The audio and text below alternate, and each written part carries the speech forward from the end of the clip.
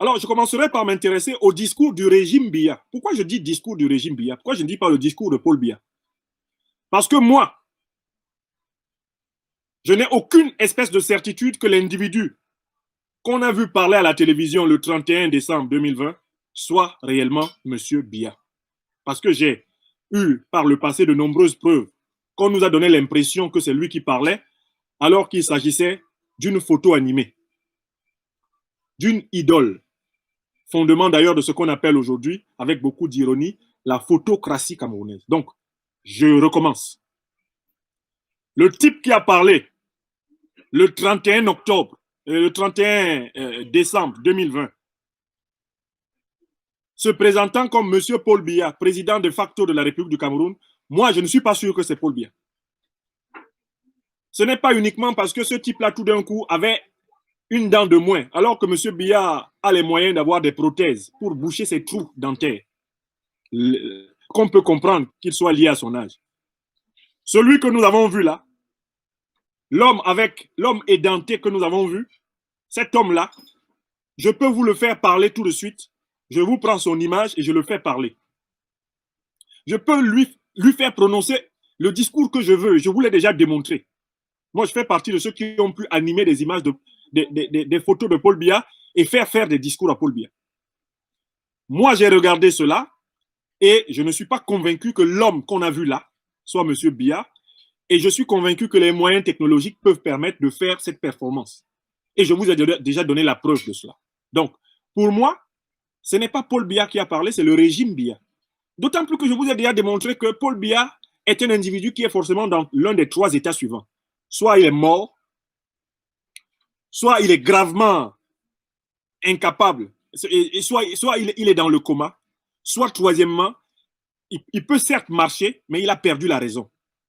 Et voilà pourquoi on ne peut plus le présenter dans des situations d'interaction avec des acteurs extérieurs à la présidence de la République, extérieurs à son clan.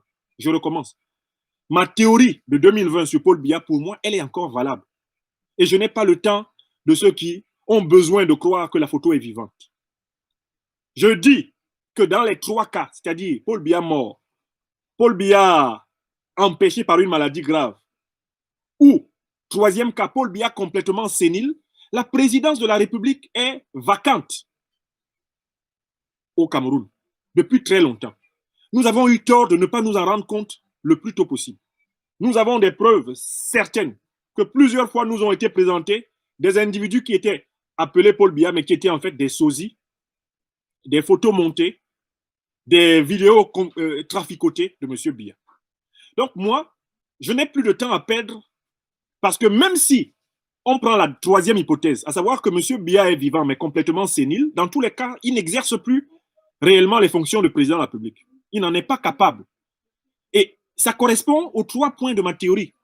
Il est soit mort, soit en réalité couché, en train d'être réanimé, ou alors il est capable de marcher, mais il perd les os, hein, il se fait pipi dessus inconsciemment, il perd les matières fécales inconsciemment, donc c'est un vieillard sénile et il n'a plus de mémoire. Voilà pourquoi on ne le présente plus devant des journalistes internationaux qui peuvent l'interroger dans une partie de ping-pong. Voilà pourquoi il ne va plus dans les réunions internationales. Aucun de ses pairs à l'international ne l'a véritablement rencontré. Il ne prend plus le risque de s'exposer à une rencontre avec la diaspora, qui serait une bonne occasion de vérifier sa bialité corporelle. C'est un individu ectoplasmique. Donc, nous nous foutons pas mal de savoir quel est le statut physique de M. Biya, parce que de toutes les façons, la présidence de la République est vacante. Donc, c'est le régime Biya qui a parlé. Nous n'avons aucune espèce de certitude que ce soit M. Biya.